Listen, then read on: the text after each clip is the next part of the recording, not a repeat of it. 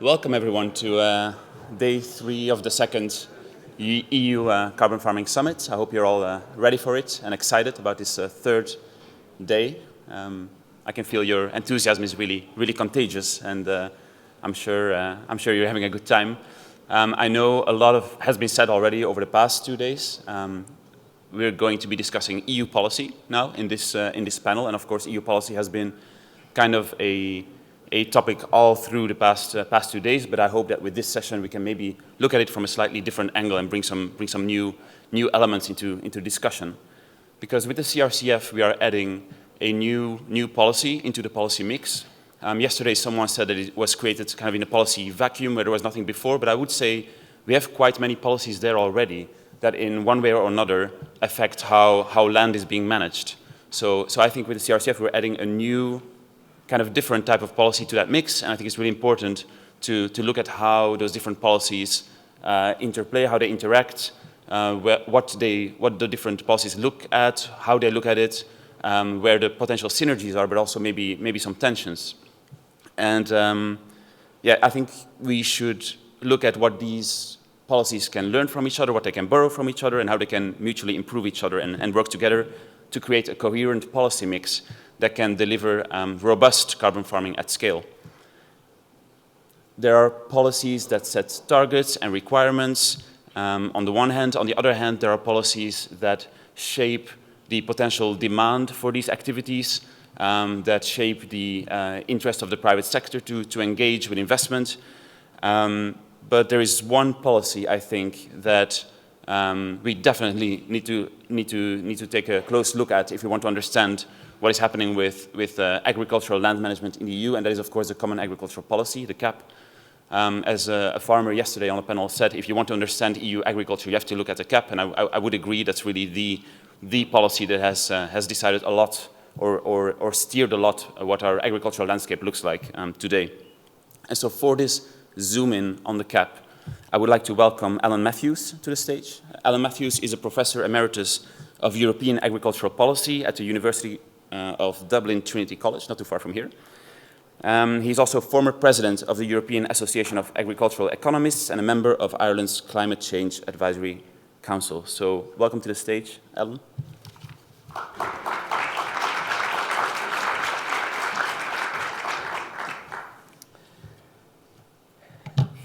Well, good morning, everybody. I'm really pleased to introduce this session looking at how we might evaluate the role of the CAP in contributing and encouraging carbon farming.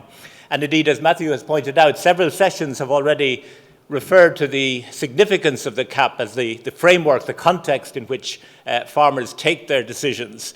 It transfers around 60 billion euro per annum, including the national co-financing to farmers, and that accounts for about 1/3 of agricultural income across the European Union. In my presentation, I want to ask two questions. Can data provided under the CAP be reused to minimize the administrative burden on farmers to certify carbon removals? We've heard a lot about red tape and the need to address that. And how might the CAP best promote the take-up of carbon farming practices in the future? Let me just remind you of some of the key elements of the carbon removal and carbon framework regulation in the context that we want to address. First, it's explicitly results-based. Farmers will be paid for quantified additions to their carbon stocks using methodologies consistent with those to be defined by the expert group. Second, carbon farming removals should contribute to a range of sustainability objectives. There are minimum sustainability requirements laid down in the regulation. There is a mandatory obligation to demonstrate co-benefits for biodiversity and ecosystems, including soil health and the avoidance of land degradation. And additional co-benefits beyond the minimum are encouraged, but also must be formally validated. If we look at the minimum sustainability benefits set down in the regulation, apart from the general do no significant harm principle, they include climate change and mitigation and adaptation, sustainable use and protection of water and marine resources, transition to a circular economy, pollution prevention, as well as the mandatory contribution to restoration of biodiversity and ecosystems. I now want to highlight some key characteristics of the Common Agricultural Policy, aware that not everybody will have closely followed its recent developments. The latest CAP reform, to cover the period 2023 to 2027, introduced what we call a new delivery model. The EU level defines the objectives for the CAP, it sets out the broad interventions that can be used, and it monitors performance through an indicators-based system. It is then up to the member states to identify their needs through a SWOT analysis, to design their interventions to address these needs, and to establish targets to set their level of ambition.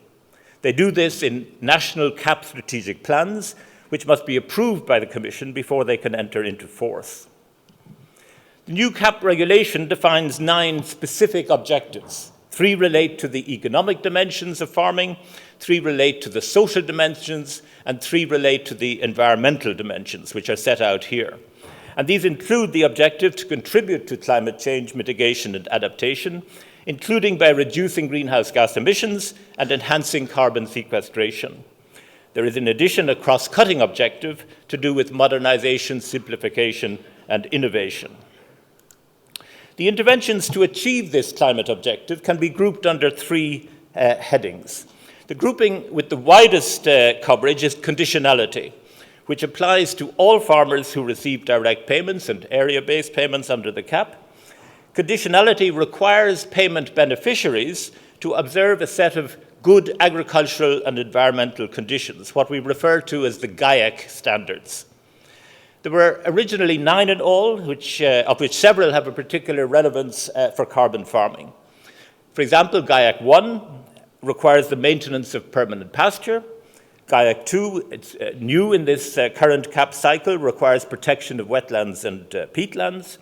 GAIAC 6 requires minimum soil cover. GAIAC 7 requires crop rotation or crop diversification. GAIAC 8 required a minimum share of non-productive features on agricultural land, although this was eliminated last year as a so-called simplification measure. And GAIAC 9 prohibits ploughing of environmentally friendly permanent grasslands in Natura 2000 areas. It's important to highlight that it's the member states that decide how to define these standards in their national CAP strategic plans, and who decide the level of ambition and the degree of stringency implied by these standards. The second group of measures are eco-schemes, which again are a novelty in the current CAP cycle. These are voluntary, annual schemes that pay farmers to adopt practices that are beneficial for the environment, climate, or animal welfare. Eco-schemes are again designed by member states, and there are almost 160 different eco-schemes across the Union, again with very different levels of environmental and climate ambition. For many member states, the key requirement was to design rather shallow schemes that would be accessible by most farmers to avoid loss of payments. And we see many schemes paying farmers for practices that they had in fact already implemented, so little additionality. The third group of measures are agri-environment climate measures, which are funded under the rural development, so-called Pillar 2 of the CAP. And these are again voluntary schemes where farmers enter into multi-year contracts, again to deliver environmental and climate benefits.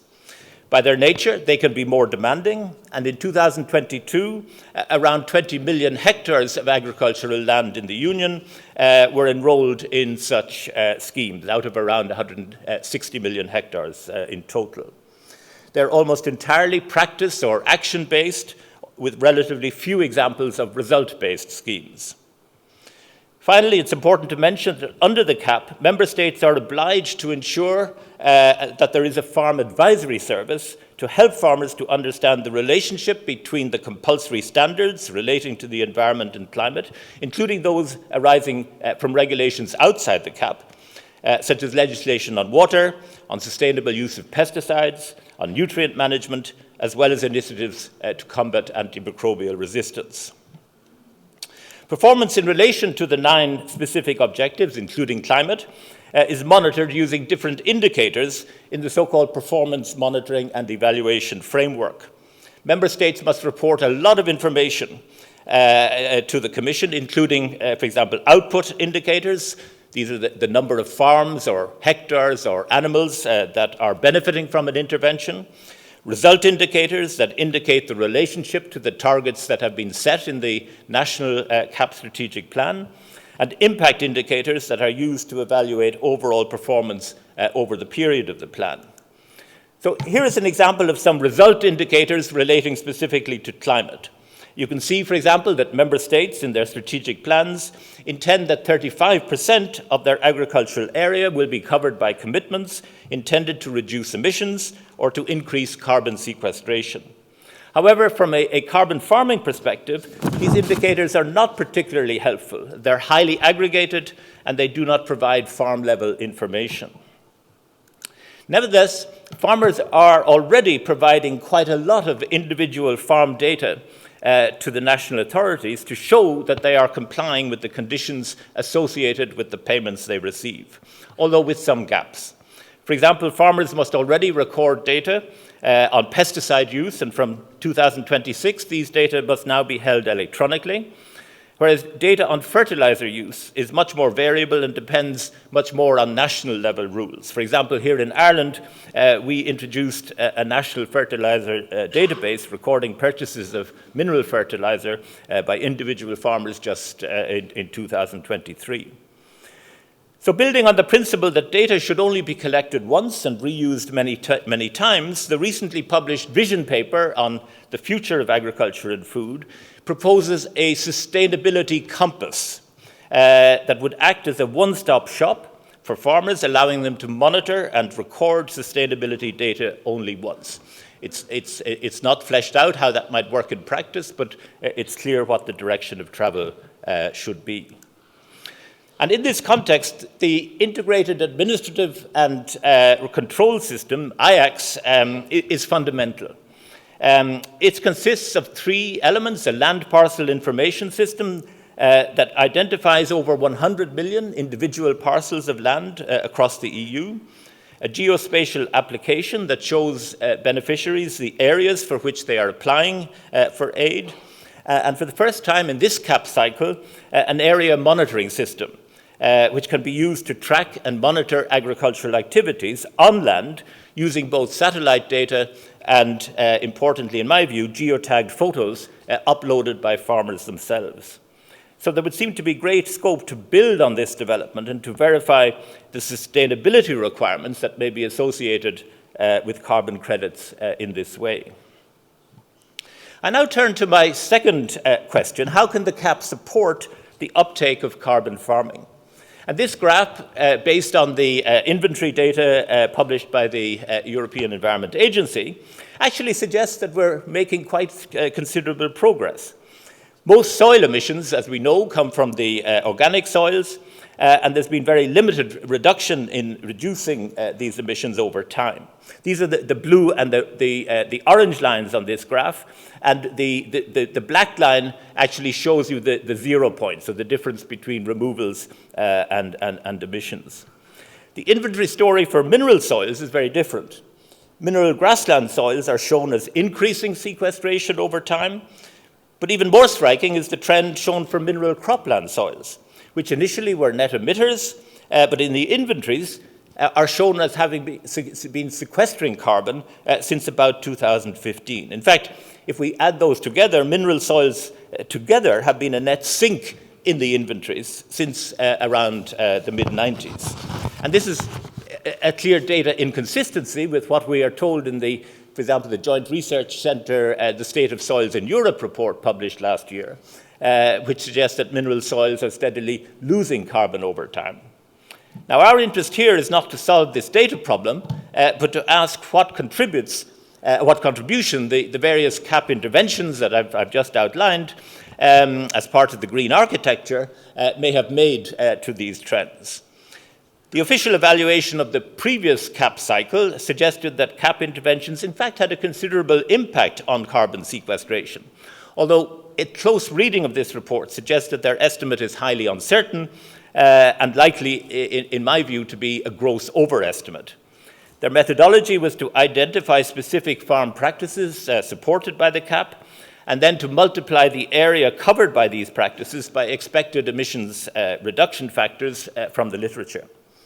A similar methodology, but with much improved data, has been used in a very recent study projecting the likely carbon sequestration associated with measures included in the CAP strategic plans in the current CAP cycle. Again, it seems we can expect a considerable impact, although the study itself points out that it's not clear how much of the sequestration projected will be additional relative to the previous program. So given this assessment of the potential impact of existing CAP support for carbon farming, what is the scope and the role for CAP support for carbon credits that might be generated under the CRCF? I want to look at two options, one involving the direct purchase of carbon farming credits and the other providing more indirect support. With respect to direct purchase, it seems to me that there are two models. First, either the member state managing authorities could use CAP funds to purchase carbon farming removal credits generated on the voluntary market, or more likely, they could redesign their agri-environment, climate, or eco schemes to become result-based schemes, in which the incentive for the farmer would be the price paid for the resulting carbon credits. I see several issues with this direct purchase approach. Using CAP funds to purchase certified credits generated by private promoters seems at odds with the stated purpose of the CRCF, which is that these credits are intended to attract additional private finance to support more sustainable farming. The decision may be influenced by the attitudes that national inventory authorities take to crediting the actions that farmers take to sequester carbon on their land. This is absolutely crucial because if farmers are not credited with the improvements that they make in the national inventories, these will not count towards the legally binding targets that member states have accepted. If the national inventories are sufficiently granular, for example, to distinguish between cropland that's ploughed or not, or where cover crops are planted or not, then the action-based measures that are currently mainly supported by the CAP can be captured in the inventory. However, if the inventory authorities decide that they will only recognize carbon farming removal credits as appropriate offsets, this would change, of course, the nature of the conversation. There's also a question, what price might managing authorities pay for carbon credits? I'm not a lawyer, but carbon is not an agricultural product, so purchase by the state could be considered state aid. And if the price paid were sufficiently attractive, one might imagine this could be challenged by the private sector promoters. Another question is what states would do with carbon credits they purchased in this way. Would they simply extinguish them, or would they sell them on in the secondary market? So in my view, a more likely scenario is where CAP funding is used to provide indirect support for the carbon farming market. The MRV requirements to certify carbon farming removal credits will be expensive and will require a high price for credits to attract interest among farmers. One could imagine that CAP funding might be used, for example, to pay for the MRV costs for carbon credits, so that the money that was paid by private buyers would go directly to the farmer. This would, of course, require new legislative authority in the next CAP cycle. And I also sense that managing authorities whose raison d'etre is to distribute payments to farmers might be very reluctant to divert CAP funding to non-farm beneficiaries in this way. More generally, there are interesting conundrums to be resolved where carbon credits may be generated by farmers in part due to support for carbon farming practices financed by the CAP, and then may be sold again to purchasers on the voluntary market. So let me now summarize my key messages on promoting policy coherence between the CAP and the CRCF. There's, in my view, considerable scope to ensure that the infrastructure that has been built to deliver payments to farmers can be further built upon to minimize the administrative burden for farmers to comply, particularly with the sustainability obligations for certified carbon credits.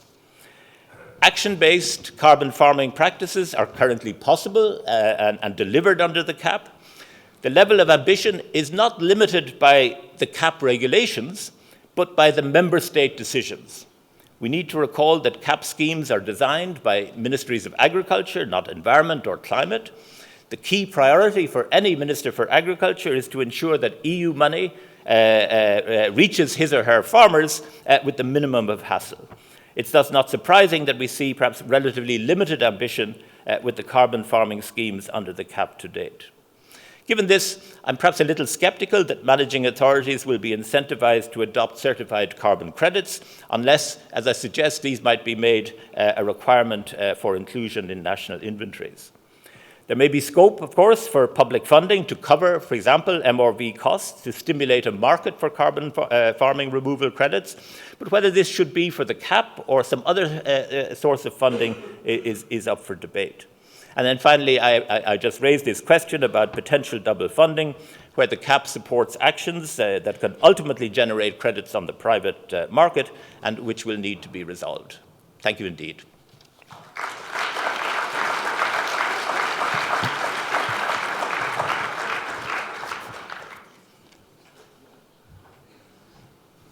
Thank you very, very much, Alan, for this really quick and comprehensive overview, crash course on the CAP and carbon farming. And that brings us to the next part of this session, and that will require inviting our other panelists to the stage. So I would like to welcome Lucia Perugini, who is an expert on carbon farming certification and LULUCF at the European Environment Agency. She has a PhD in forest ecology and a scientific background in forestry and climate change. At the EEA, she is involved in the national greenhouse gas inventory quality controls, and she also coordinates the activities on LULUCF inventory improvements. She also supports the European Commission in the CRCF implementation, focusing on the alignment of monitoring approaches with LULUCF national reporting. Welcome, Lucia, and thanks for joining.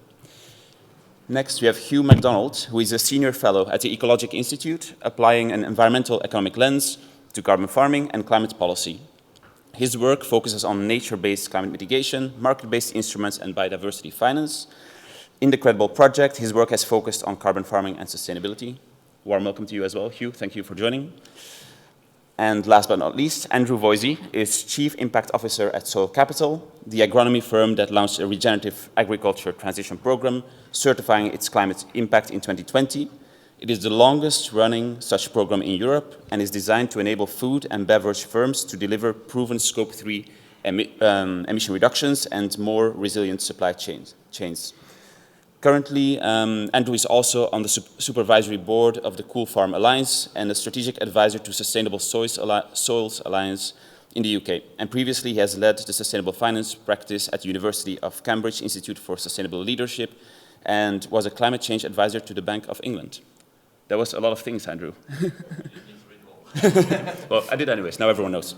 And that makes me realize that I maybe should have introduced myself at the start as well. My name is Mathieu Mal. I'm a policy officer for agriculture and climate at the EEB, the European Environmental Bureau, so not the EEA. A lot of confusion around that. We are an environmental NGO based in Brussels working on EU policy. Okay, I'll move over here. So welcome to all of you, and thank you so much for joining me in this presentation. And thanks again, Alan, for the great presentation. I believe we have a Menti that we can maybe already get up on the screen.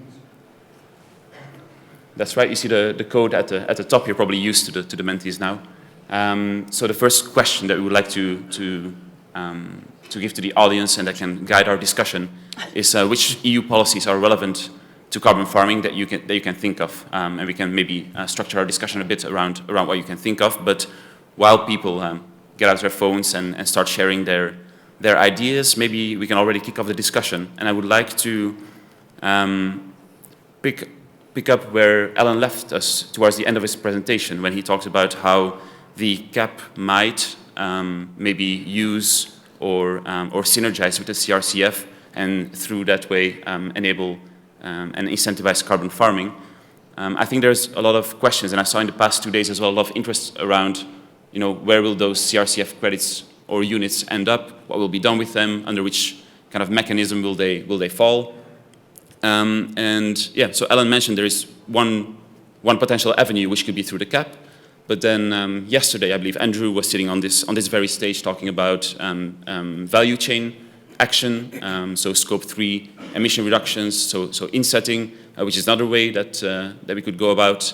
And I think there's been quite a lot of mention of the voluntary carbon market as well over the past few days. So there are multiple avenues that could be relevant here. And so my question to anyone who feels interested in answering it would be, where do you see the largest potential for these CRCF units to come in? What do you think is the best way, the way that can lead to the best results? And where do you see maybe potential challenges or pitfalls as well?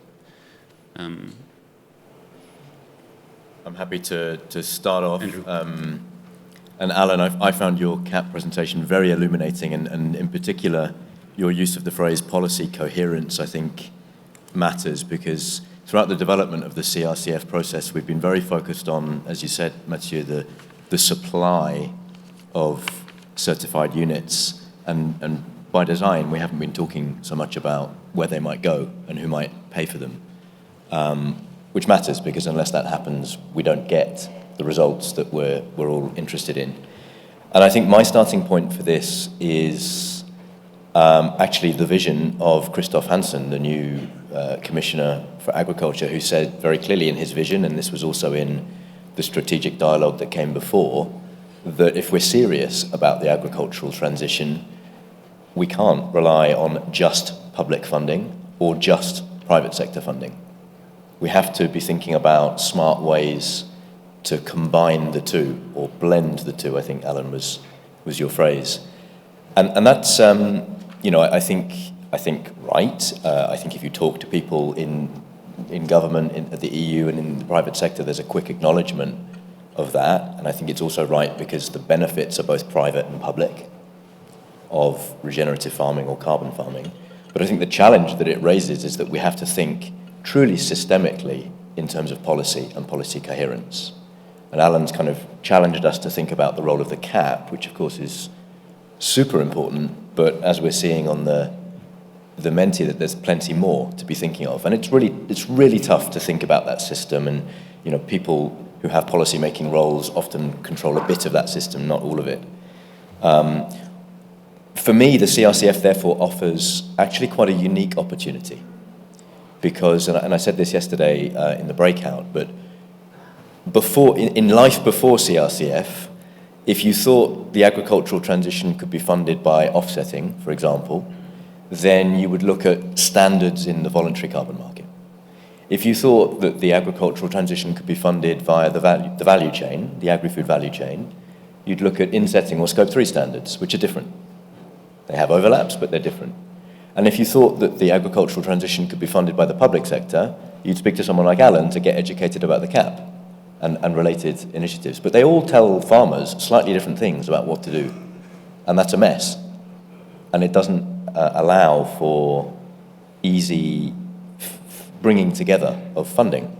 And so the big strategic opportunity that I see of CRCF is that because it's being designed with the intent actually to be relevant to all use cases, to be seen if and how it can achieve that, but that offers the opportunity for a standard that can bring together these different funding sources in some of the ways maybe that Alan was hinting, and possibly many others as well.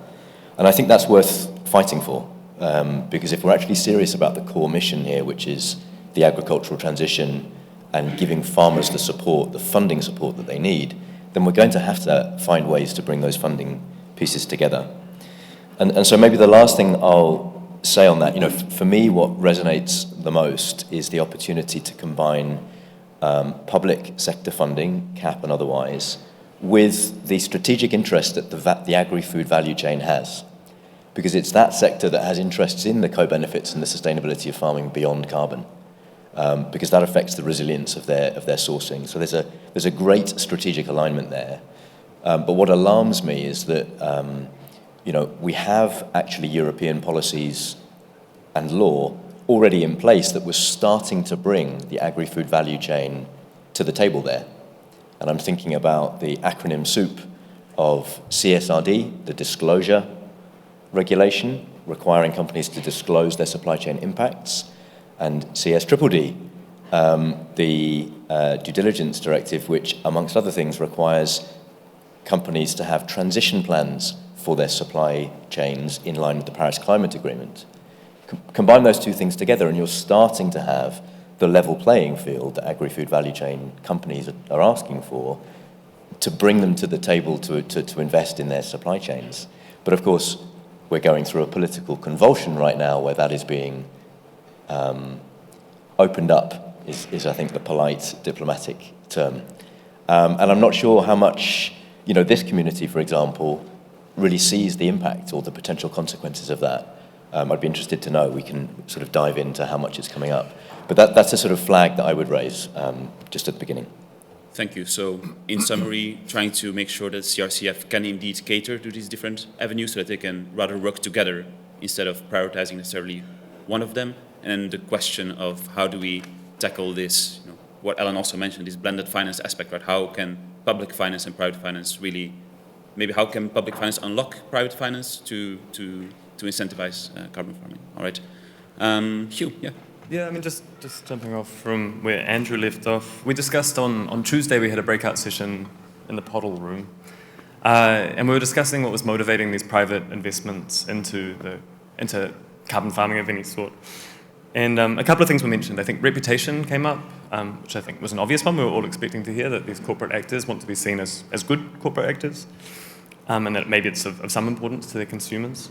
But one which came through loud and clear was resilience of supply chains as like a really driving force. So I think as these corporate actors are going through the process of doing the CRSD, CSDD, all of these things, and understanding the sources of their emissions and also how exposed they are to climate change, they're seeing that that's a risk and they want to address it. And so that resilience of supply chains was another one. Another thing that came through quite loudly was the need for clear targets. I think Paris and the climate law, EU climate law, have been really good at kind of focusing attention on the destination where we're really directly heading. I think that's something to think about too. I would just a note of caution though, I think we have to, I mean, this point's been made already, but voluntary corporate action's only going to take us so far, no? And I think Alan's presentation really clearly stated how the CAP is going to continue to have a really massive role. I mean, the Common Agricultural Policy funding is orders of magnitude larger than what we're seeing in voluntary carbon markets. And so we really need to make targeted use of those funds and focus our attention there where a big chunk of the money is. And I think we also need to look ahead to the future and start to think a little bit more about mandatory climate targets and policies for the agricultural sector. I think that those mandatory targets and climates, that's when the funding and finance is really going to start to shift towards climate-friendly farming. Thank you very much. So a retargeting of current use of public funding, and in addition, a compliance mechanism to make sure that the investments really come through. Thank you very much. I'm having a quick look at what came in. Thank you all for contributing here. I see indeed, yeah, CSRD is quite big there. Green Claims Directive. All of that touches upon what we've been discussing, right? So the context in which private sector actors can make contributions and feel compelled to do so. CAP is the biggest one in the middle. We maybe primed you for that response with Alan's presentation. I see right above CAP there is LULUCF. Yeah. Lucia, that's your topic. Yes. Maybe, I'm not sure to what extent everyone is familiar with LULUCF. Maybe you could take us through a little overview of, well, there's a lot of work on this at the EA. You could take us through a little overview of what is happening currently with our land sinks, the trends that we see, the drivers that cause those trends, and what the LULUCF regulation is trying to address. Yeah.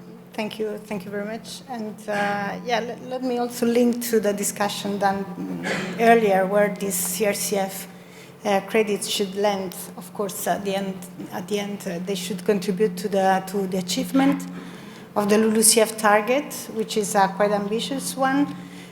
We need to. Our land sector has a decreasing sink, unfortunately, and this is replying to your question. We are assisting to a very deep decrease. It's really steadily decreasing year by year, the LULUCF sector, which is driven mostly, the sink of the LULUCF sector that compensates 7% of the EU emissions, is driven mostly by the forestry sector. And this forestry sector is facing some challenges, which are not only driven by the increase of harvesting, which increase the sink, but also the increase of natural disturbance impacts, but also a slight what is worrying somehow that is perceived by member states, a steady decrease of the sink itself. I mean, of the capacity of the trees to grow in these new, let's say, climate and environmental conditions.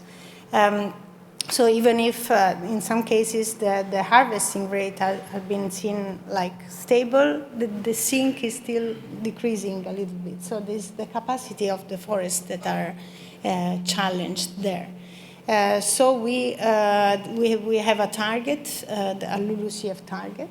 So this target covers all the activities that are taken on the ground. So covering also somehow not only forestry but also grassland management, cropland management. So somehow there is also a target that covers partly the agriculture, because in the let's say in the climate policy framework, we have the land use change and forestry and agriculture as a separate, let's say, pillar of which is covered by the effort sharing regulation. So there is these two blocks.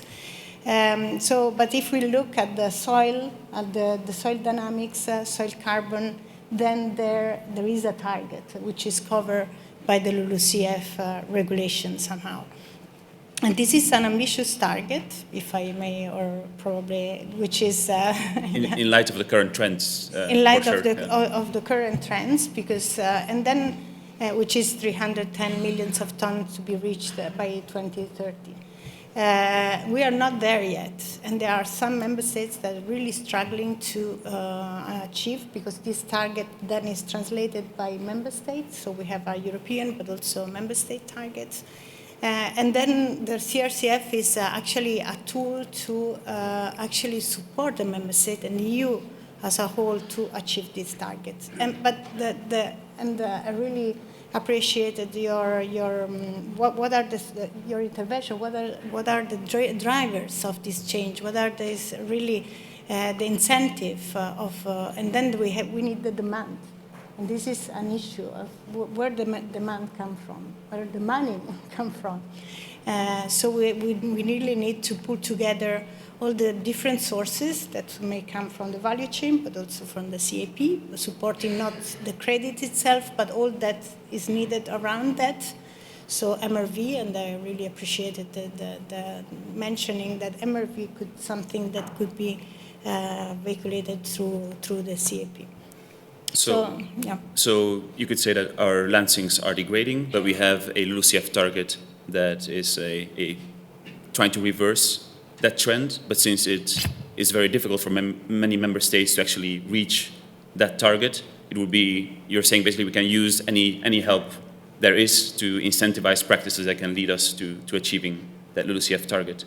But then my question would be, there is this target under the LULUCF, and we see more or less what the CRCF is, how it's shaping up, and what kind of system it will be. To what extent do they communicate? Because you have your target in LULUCF, you have your requirements under the CRCF, the indicators that are being used. LULUCF is at member state level. CRCF is a project-based, potentially plot-level scheme. How do those correspond to each other, and how can we make sure that they do feed into each other in some way? Yeah, the common ground is the inventory. I mean, the member states are accounted for the emissions reduction that are reported in the inventory, which the source of the picture that you were showing earlier. And these inventories are there is, of course, the member state inventory and the EU inventory. Just to give you an overview, the EA actually collects the member state inventory, so it's on member state to provide the inventory. We quality check this inventory, and then we compile the the EU inventory. So the LULUCF sector is one of the sectors that is affected by the highest uncertainty in the inventory.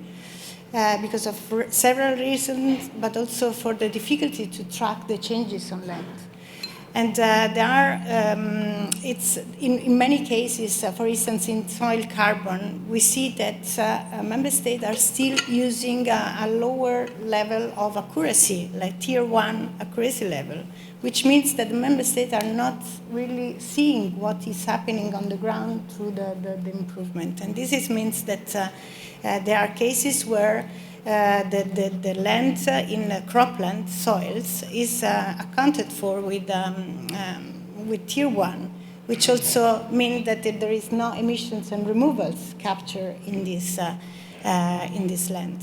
So we really need to have an improvement of the inventory in a way that they can capture the activity that are taking place on the ground. But to do so, we really need that this CRCF come to a scale, because we cannot see the single plot, but we can see, I mean, the inventory is capable to capture activity that are taken in place in large scale, but also have the tools to get that. And this is actually a requirement that is enshrined in the LULUCF regulation that asks the member state to improve their inventory, to achieve tier 2, and in some cases also tier 3, to have a special explicit tracking of land use change. So there is some work that is already ongoing in the member state, but we are not, we really need some data, more data, the member state need more data, and this is something that also this system could feed the member states to get this data. So that's also a key issue that we need to explore better. And we had also some session on that, but I don't want to take all the floor. No, thank you. I have many things to say This is great.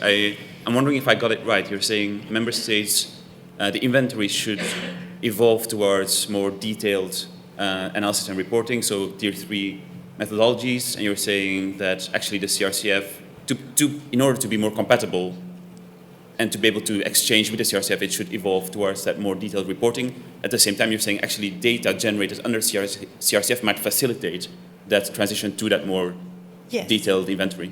And there is also positive feedback in doing this. If the member state is capable to develop a more detailed modeling, tier 3 modeling for soil sector, this same modeling could be also used by the CRCF in the project operators to estimate. So it may, at the end of the story, lower also the cost of these MRV activities, because the models will be calibrated using specific data that are country specific, so you don't need to calibrate the model. There will be some validation, of course, needed, but the effort from having a shelf of possible models that are applicable to different environments will indeed also lower the costs. And I know that many project developers are actually investing a lot to develop these models and go through verification of this model. Having something at country level will lower this kind of efforts and costs. So, and of course, there needs to be a system in place where this information collected, some measurements made at plot level could be made available. I'm not saying public available, but at least available to the public authorities, the inventory authorities, in order to be used for this kind of exercise. Thank you very much. I see also the nature restoration law, and right under that I see the soil monitoring law, which are two policy files that we've also been discussing in the Credible project in the context of the policy mix for carbon farming. So I'm wondering, Hugh, if I can volunteer you to give some views on that. Just quickly, there's a bit of feedback on the speakers, unless I'm going crazy. No, that is true. Yeah, we do hear a bit of feedback. If that can be worked out, thank you. Yeah, so the soil monitoring law, we have discussed in this focus group, which Hugh has been leading. It's still under development, and there's still a little bit of feedback. But, so we can't be definitive about exactly what's going to come. But I mean, the overall objective of the soil monitoring law is healthy soils by 2050. I think it's a non-binding goal, but that's the direction it's headed in, right? And it also sets some definitions and some kind of processes and methods for monitoring soil health across the EU. Now, with that topic, of course, there's some alignment with the carbon removal certification framework, but they have quite different objectives and quite different scopes. So they're not one-to-one. It's not like we can take the soil monitoring law information and pop it into the CRCF. It's more like Lucia was saying, it's going to be providing the sorts of data and impetus for kind of model development and improved science that's going to support model development for carbon farming, which should help farmers have a better understanding, hopefully at low cost, of what the link is between the actions that they're implementing and then the climate impacts of those actions. And hopefully also the impacts on other sustainability objectives that we care about as well. The soil monitoring law's got, I think, 200,000 different, they're going to have 200,000 different monitoring sites across Europe. So that's 1 every 2,000 hectares, according to my late night calculations. So clearly, that's quite a different scale to these project scale that we're thinking in the CRCF, right? So there's a little bit of mismatch in scale, but it's going in the right direction. The other issue, I think, is on timing. So hopefully we get a soil monitoring law this year. But even so, then the process takes quite a long time to come through. We'll be getting the monitoring and evaluation results in 2030, 2031. But we need CRCF action a lot faster. So I think in general they're pulling in the same direction. But it's not a one-to-one relationship. And I mean, it shouldn't be. They're two different policies. It would be crazy if they were doing the same thing. So. Right. It would be strange to duplicate policy that tries to do exactly the same. You're saying the soil monitoring law has a very, very different scope. It operates at a different scale. And therefore, it's not translatable one-to-one. Is there any learning that can be done still from the discussions under the soil monitoring law, or? I mean, I think for me, the main sync is that they're going to be developing the science and the data, which is going to be crossover for the two of them. That to me strikes me as the most direct link. Yeah. Right. So as we develop the science under soil monitoring law, it could make the CRCF methodologies potentially more scientifically robust, more developed. Yes, certainly. Yeah. Andrew, do you want to comment on that? Yeah, maybe just to add on that, because I do think you're right, Hugh, that from a farmer's perspective, carbon is very conceptual, whereas soil health is much more tangible because it speaks to fertility and resilience and, the core economics of your farm business. So I think finding ways to have that feedback loop between, you've generated X carbon units and the actual currency that matters to a farmer beyond euros is important. Totally agree with you that there's a scale mismatch, both in time and space, actually. Where I think there could be an opportunity, given that the soil monitoring law is still being debated and the sort of precise annexes and so on still open. And this aligns a little bit with where the CRCF conversation about co-benefits and sustainability is going. How do we understand the soil health, biodiversity impacts of carbon removals? And somewhere in that mix is a conversation about practices and deriving assumptions about, well-founded assumptions about certain practices, which may or may not be where the CRCF piece ends up going. But, practices can be monitored on an annual cycle. And you can therefore give farmers a feedback about, okay, you did X, and therefore the likely impacts on your soil health on your farm right now are likely Y. That's not what the soil monitoring law is trying to achieve overall, but it could be that these are sort of sub-indicators that are useful to bridge that scale problem and also get closer to delivering to farmers something that actually resonates.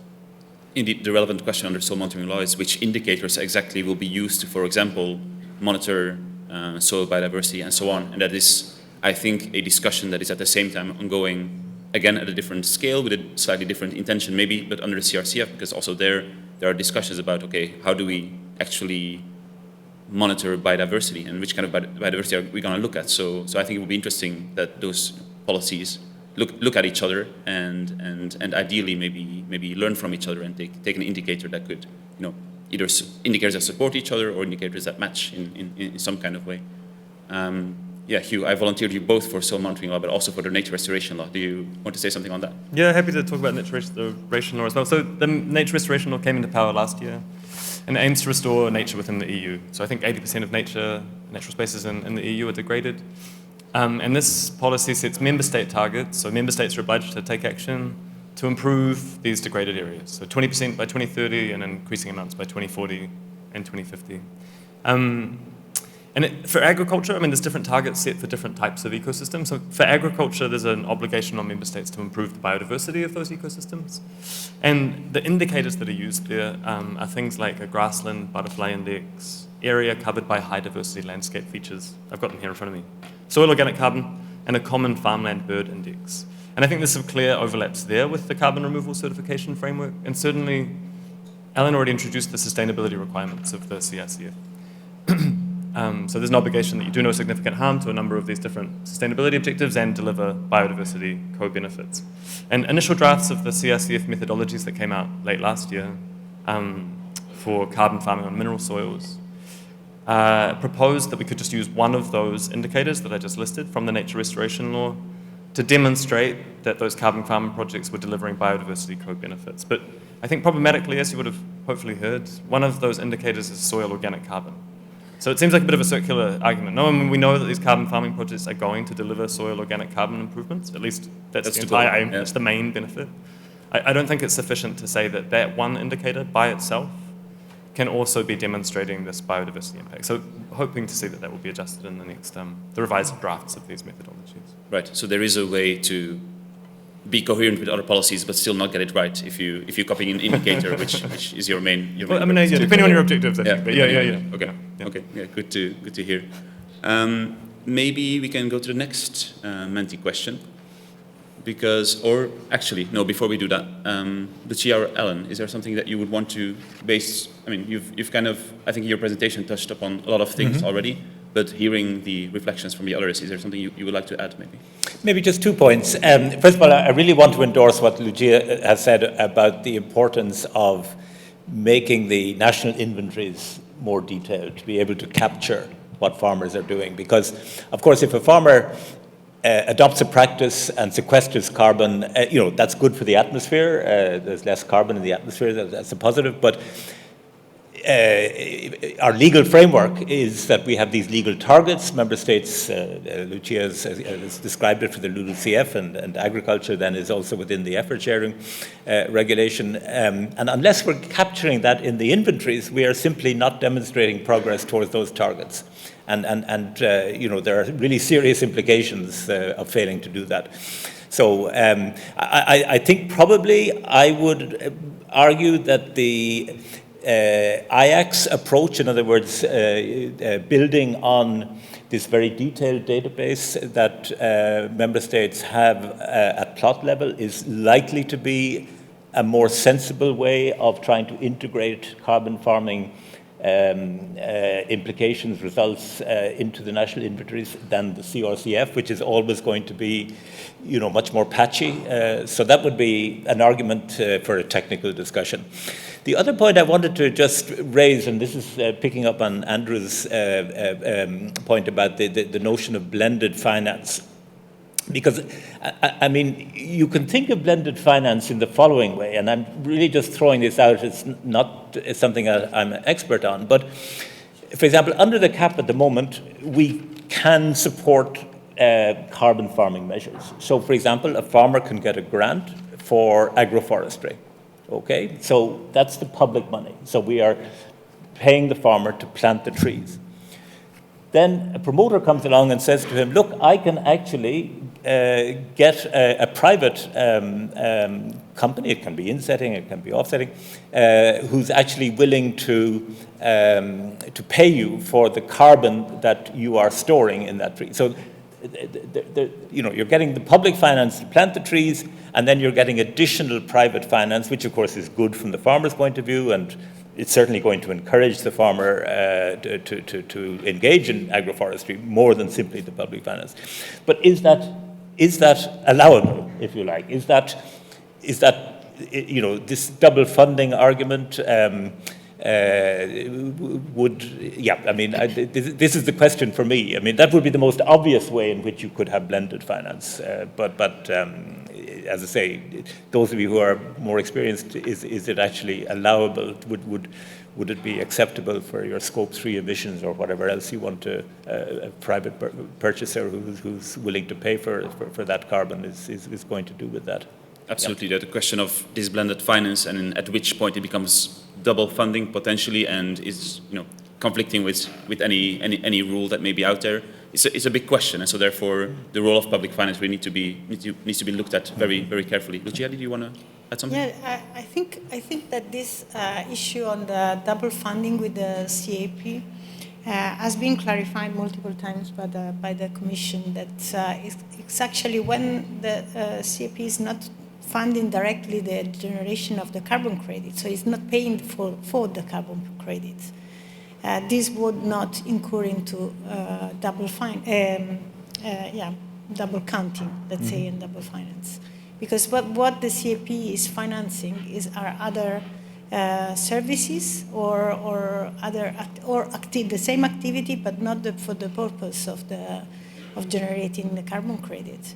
So this is I'm reporting what the Commission has been clarifying in several occasions. So this, I think we can clear the ground with this, at least at the EU level in the context of CRCF. I'm not sure Vera would look at it in the same way, but yeah. I can maybe add, Mathieu, some to build on that, some sort of more, maybe even more intuitive ways to look at the same issue, which is that, and we've had to look at this from operating across now 4 EU member states and 1 former EU state, a little place called the UK. But when you look at the national strategic plans that you talked about, Alan, for the eco schemes, for example, member states have to self-assess whether they're providing full compensation for the measures that they're incentivizing or requiring in those eco schemes, or, quote, partial compensation.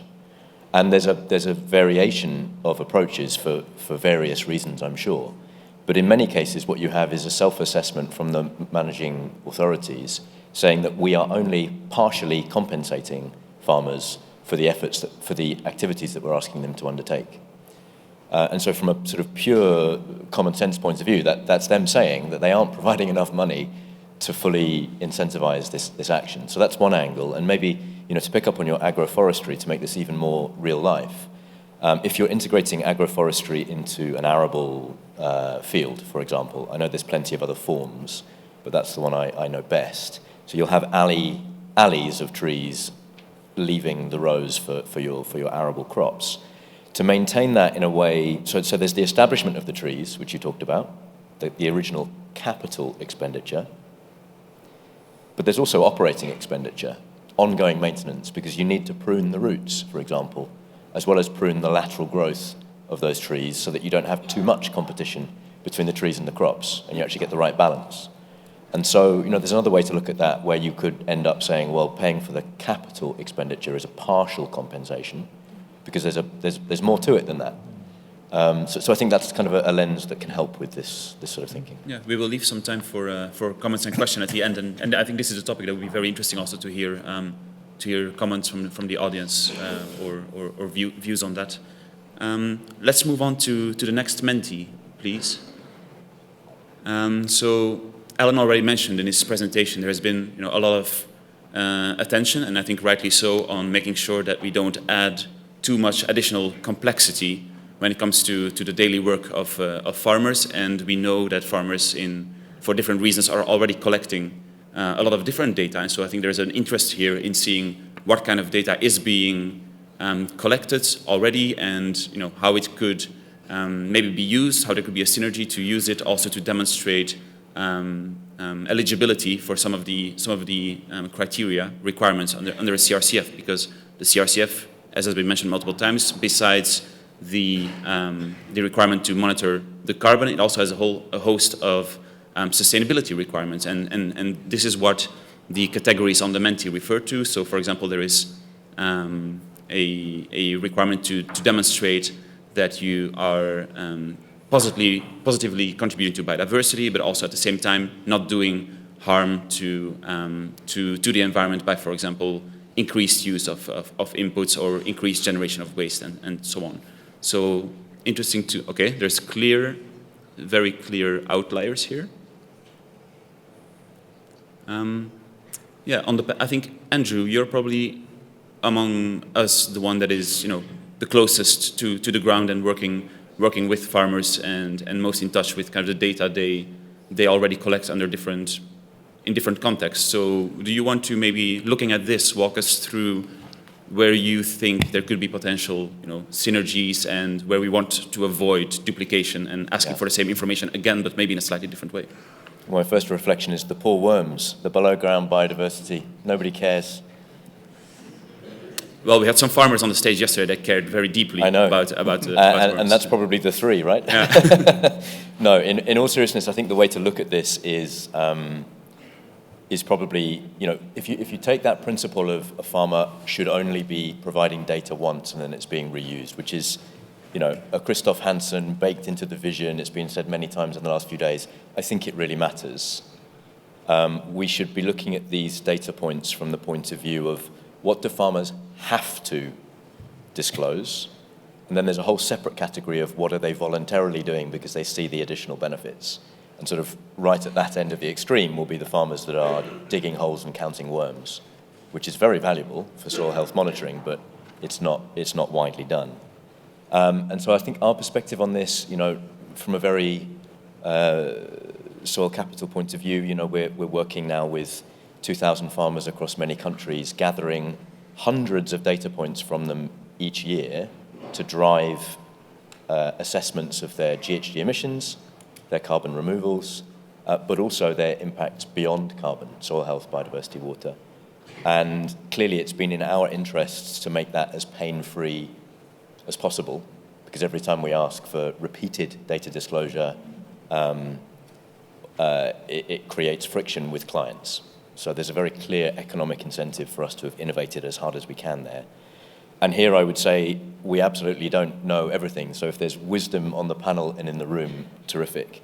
But if I sort of walk you through what we can access already, it starts with the CAP declaration, which farmers have to make, and Alan, you referred to this. So it is relatively straightforward to access information about the area that is being farmed, the land parcel information, the fields, and we focus on arable systems, so the crops that are produced each year. So that's disclosed in a digital format with shape files and so on. And so when we're talking about whole farm monitoring, you can at least be confident that you know what that whole farm is. You've got the tableau to work within.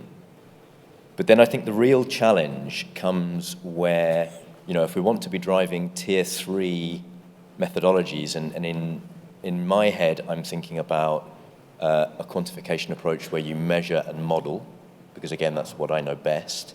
So a process-based tier 3 model needs a lot of activity data, so-called activity data, to drive it. And the way to think about that is it's basically the crop itinerary for each crop. Every input you provided, every management practice you performed, every operation, including dates, because the dates affect the climate and precipitation or humidity conditions in which that activity had an impact. So the question then becomes how much of that crop itinerary information is already being provided through regulatory requirements? Very little is the answer, I think. Pesticides, Alan, you called that out. There is this move to all farmers are going to have to digitize their pesticide records. Okay, that can be helpful, not so much for carbon emissions or carbon removals, but maybe for sustainability co-benefits. I'm intrigued to see how much variation there is member state by member state as to how that's actually implemented. Quite a lot of skepticism when you talk to, farmers off the cuff. Are you ready for this now? No. So how's that going to go? The nitrogen input is another big one. And Alan, you said it varies member state by member state. Here in Ireland, there's a database has been developed. That's not the case for all member states. So a massive input to that activity data, which does contribute to soil-based emissions, is not necessarily being mandated to be disclosed. And I think that comes back to the fact that a lot of the inputs and tillage and cover cropping, which are covered by the GAIEX and so on, are monitored on a control basis, sort of spot checks in different ways, and that spot checking has evolved over time, but there isn't this backdrop where farmers are required to disclose the information up front. It's done on a policing basis to check if you're out of line with the requirements. Maybe just on the sort of slightly more positive front, I do think the IACS remote sensing piece has potential, but it needs a lot of input from different stakeholders to achieve that. And of course, what's not listed here is that there's a digitization agenda in farming, which is not uniform. Mm-hmm. It's specific to certain farm sizes and profiles where you have more digitization than not. But where a farmer is using a digital farm management system, where basically their crop itinerary is maybe given to them by their agronomist and they go out and perform it and edit what they've actually done, that can be a real time saver for this, because you can just take that and use that.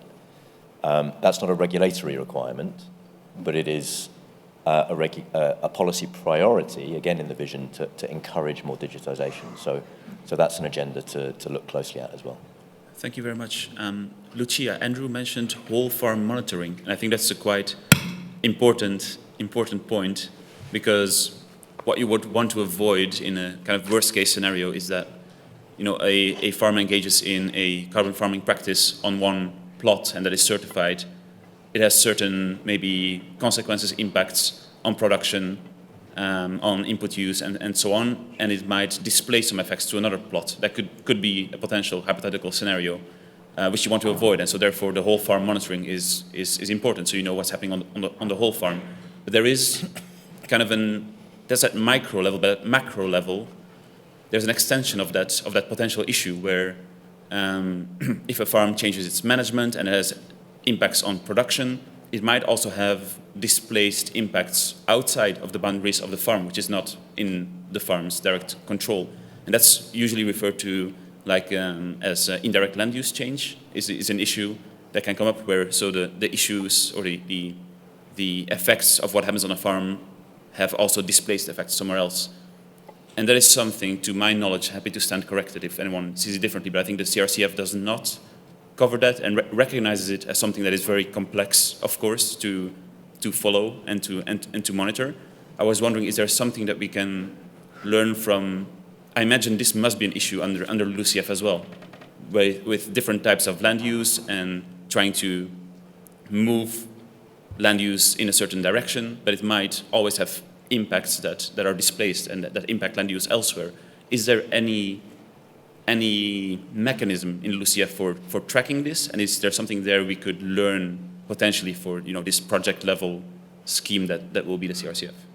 Yeah, that's a complex issue indeed, because indirect land use change, as you said, it's can be tracked.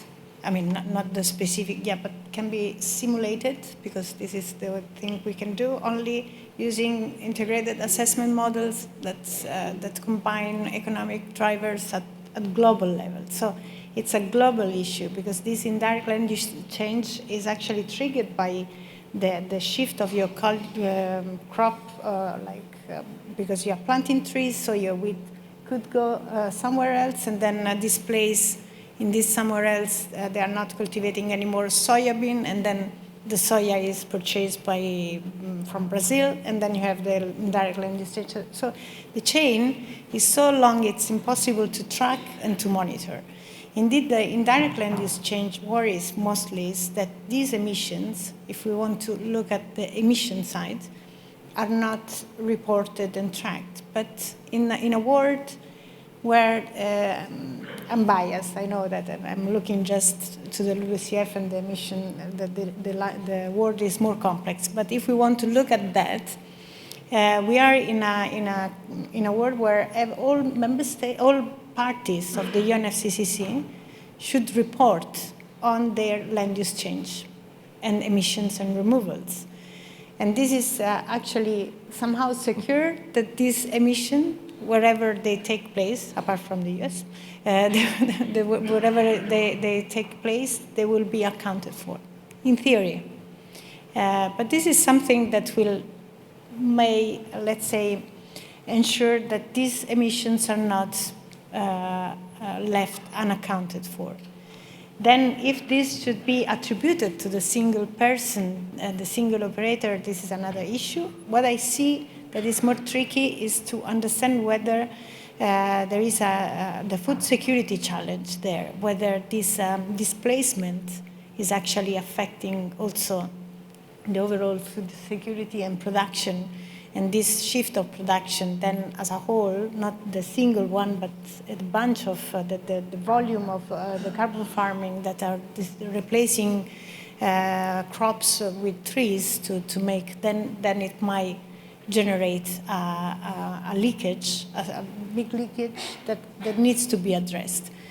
And this is something that it's not easy. What's the voluntary market we were discussing yesterday with Andrew is how the voluntary market is addressing that is to ask the farmer to keep the same level of production than before. So force a little bit, but is this something that we want to go for? Because it's again another restriction that we are posing on farmers that might decide for other reasons to change the level of production in the fields for many other reasons that may come in their life beyond the carbon farming. So this could restrict again what the level of the freedom they can do in their land beyond what is already asked by the CRCF.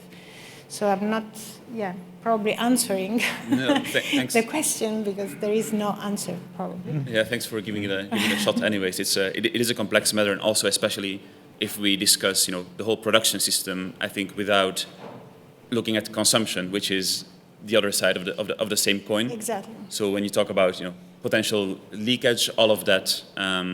We also need to look at consumption. Of course, what do we consume? What do we expect that will be produced, and in which quantities? So I think those, it's especially difficult if we look at it in isolation from the production side. So that's where the consumption comes in. Hugh, I want to move to you. As I mentioned before, many of the categories that we put here on the Menti are sustainability requirements in one way or another under the CRCF. In your work, Incredible, you have been looking at how sustainability could be operationalized under the CRCF, how there could be a viable yet robust and satisfying way of integrating all these requirements. Can you share a little bit about what you found and what the conclusions were? Yeah, sure. I mean, first of all, I think this is a great question, and this would have been really useful to have it in our first focus group meeting a year ago. And we've spent 2024, we met 6 times, our focus group, and had another meeting at the last EU Carbon Farming Summit that some of you may have been at. And our focus in our focus group was, we know that carbon farming is going to deliver climate mitigation, but we also want it to deliver these beyond climate sustainability benefits, like biodiversity, farm resilience, water, so on. No? And we wanted to know how certification could ensure that we get those beyond climate sustainability benefits. So our focus group included people from farm associations, from voluntary carbon market, NGOs, experts from science and policy. And the first thing that we did was agree upon some principles for making policy in this area. And I'll run through them because I think they're good. The first one was that we need to take a holistic approach. No, we need to think of local context and think beyond just this small little carbon bubble. We need to ensure that policy is accessible for farmers, removing barriers where possible, that it's pragmatic, and that farmers are rewarded for these additional beyond climate benefits that they are delivering. We also had some voluntary carbon market people who were giving the buyer's perspective, and they said it's really important that we have consistent and comparable approaches that have real integrity, because that's what, in the long term, is going to really drive demand for these, for people who are going to pay for these things. No? So we considered a number of different options, a little bit of a different route than kind of picking up individual indicators. What we ultimately decided was that the best way to serve this objective of carbon farming that delivers sustainability benefits was by providing farmers with additional knowledge and information, and then kind of letting them do their thing, rather than setting specific requirements or rules or indicators to monitor that. And I'll be honest, that was a surprise for me that was where we ended up. It wasn't necessarily where we started. And in the context of the CRCF, that meant we proposed a farm environment plan that would sort of structure the sustainability information, give the farmers the information about the sustainability impacts of the different carbon farming options they were considering, and leave it in their hands without requiring that they actually go on ahead and implement those sustainable farming practices. And the only other thing that I wanted to mention was that we thought about price premiums a bit. So we wanted to make sure that, as I mentioned, farmers are getting paid additional money when they are delivering additional benefits in the form of additional sustainability impacts. And to help facilitate that, we proposed a label that could get attached, a Sustainability Plus label that could get attached to those projects and those certificates where farmers are really delivering additional benefits. Thanks for the overview. I noticed that we're about to start running out of time, so I will do what many moderators do, and people on the panel usually hate a lot. Could you maybe in one sentence, a sentence without too many commas and ends, provide a recommendation? Because this summit, as you've seen in many sessions, we're trying to harvest recommendations. So if you have to give a short and snappy recommendation for the policy mix, any part of it, any element of your choice that is top of mind for you, what would you say? Is there anyone who has thought about it? I can have a first go. I mean, for me, I think for a nice policy mix, we need a really clear destination. And I think the vision, the strategic dialogue, they've given us a nice narrative description of where we want agriculture to go. But I think which would be clarifying would be a quantitative target for agriculture for climate. That'll allow farmers and the agri-food sector to plan ahead, to make long-term investments, and to understand concretely what is going to be expected of them. And then, as I said before, once we have that target, we can get out of the way a little bit and let farmers get to work. A climate target for agriculture. Yeah. Sorry, I added some comments there. I couldn't help. Lucia, can I come to you next? Yeah, I would say, okay, my focus is on data, and I like this collect once and use for multiple purposes concept that was launched by the Vision of Agriculture and Food. But we need to, and many let's say, legislation pieces are actually focusing for, arguing for this interoperability, asking for that. But what we need to do is to put this in practice, to make the system that actually drives to collect the different information. I think the CAP, the Ajax, is the very starting point, because we have a very consolidated structure, a member state that they have been working on that for many time. It's not serving the LULUCF, let's say, inventory yet, or the CRCF, but I think it's a good basis to build the structure where all these different information layers could be put together. And another thing, if I may, create this positive feedback loop. So give back to the information to the farmers. So not just keep it for the quality, for the purpose of assessing the achievement of any regulation, but also give products, informations to the, and this is the key, the key and the right tool, I think. So there's recommendation 1A and 1B. So first one is build a system that can harmonize information and build on existing systems that are already there, and make sure that the information also is circled back so it can be worked with. Yes, with indicators, with information on the health, or also simulation possibility to understand what are the effects of different practices in that particular area. So I think this is, and it's also trigger. The farmers to provide more information if they get them back in a more elaborated Thank you. way. Andrew, can I come to you next? To mobilize adequate finance to get the job done, we must take a systems approach or a broad approach to mobilizing the different providers of funding, and have a CRCF quality standard that genuinely speaks to all of them. Okay, so CRCF that is suitable for multiple avenues of use. Brackets, I'm not sure we've done the job yet on agri-food systems. Some work to do. Ellen, final recommendation is for you. I guess I'd want to insist that there is a lot of scope already in the Common Agricultural Policy to support carbon farming. One of the slides I showed that, you know, over a third of agricultural land is at least covered by commitments of one kind or another to address climate issues. My recommendation is to say that essentially the momentum behind the CAP these days is at the member state level. The new delivery model gives member states, puts them in the driving seat. So if you want to see more prominence, more support given to carbon farming in the CAP, you have to go to your national capitals. So going to the lobby the council. Yeah. That's what I hear. All right, that leaves us a couple of minutes for some questions. I see Jerry has a question. Thanks. So Jerry Lawson from the European Agroforestry Federation. Thanks to everyone for their comments. Quick point to Alan. Alan's been around just about as long as I have in these areas. The sustainability compass is wonderful. It's fine words. It talks about collect once and use many times.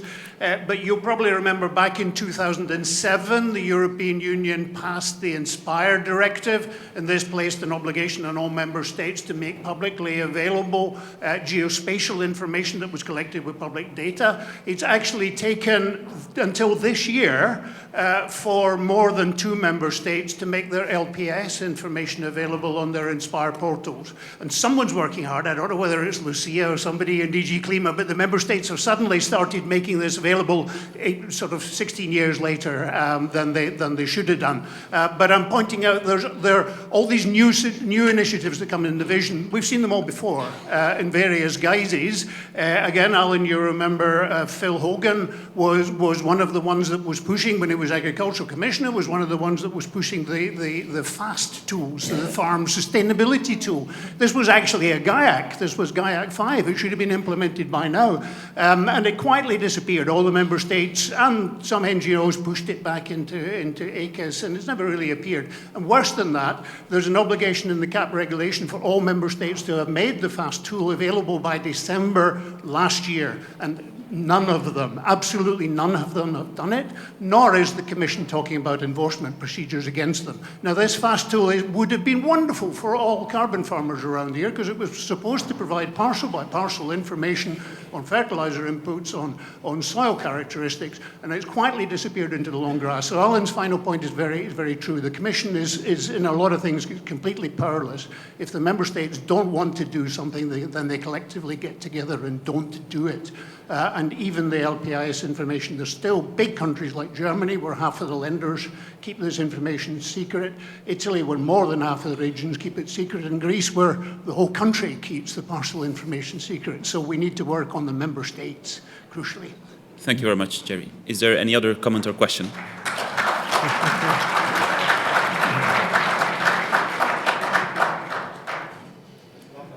From the forestry sector in Austria, I have one question for Lucia.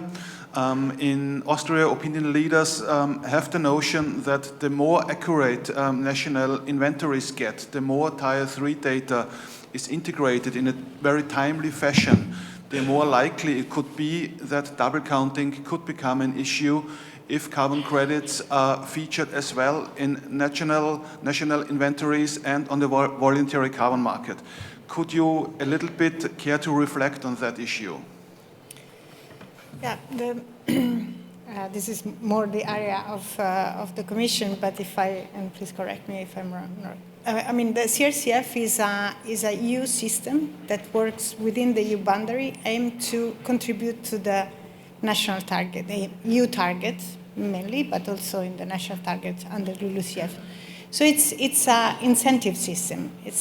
At the moment, there is no, let's say, like the ETS. The ETS is accounted for in your inventory. There is not an issue of double counting there. There is an issue if any credit is sold outside the EU boundaries. And this is another issue that needs to be if any credit is like used for other target achievement like CORSIA system, which is for aviation, or other system, then there is an issue of double counting. But as far as it stays in the EU, let's say, boundaries or the country boundaries, this should not be the case. One more. Yeah. Thank you very much, Julian from Secana. It seems that we're all aligned that in the end we would like to have sustainable and regenerative farming. And we're aligned on these outcomes. The big elephant in the room is that we have CAP at the moment, which is by far the largest instrument, which can deliver these outcomes, but only by coincidence, because we are not actively managing CAP in a way to be directed at these outcome-based measurements. Now we're developing CRCF to try to take more this outcome-based perspective, but the big elephant in the room is how can we transition that into CAP? How can we make CAP more outcome-based? I see a big opportunity there because it can ultimately reduce also the red tape and tell farmers, it's up to you, you're empowered, you have your farms, you're the entrepreneur, you know best what works best on your land. In the end, we make all the payments based on what is the outcomes that you achieve across all domains, not just economic viability, but also social equity and sustainability, environmental friendliness. I think there's a big opportunity here, and we need to talk about how can we shift those outcome-based narratives into CAP. Thanks a lot for a comment. We maybe have time for one last question or comment.